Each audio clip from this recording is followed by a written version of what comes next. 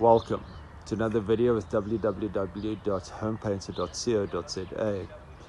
As I take you through a few aspects of the house now in preparation for painting, you can actually see the depth and why the paint systems can last so long. Under the balustrade we've put a waterproofing. This waterproofing has been ended on the vertical edge, and as you can see we've plastered that vertical edge so that we don't have bandages that look like this. These are still to be plastered, so we don't want this undulating surface, as you can see there.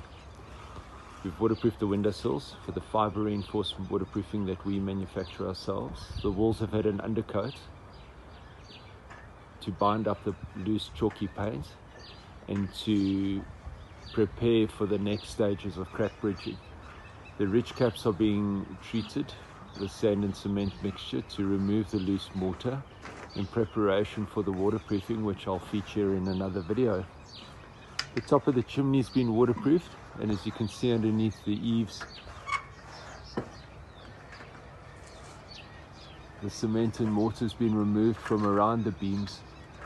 As the beams expand and contract, they jack out the plaster, creating loose friable plaster at the edges.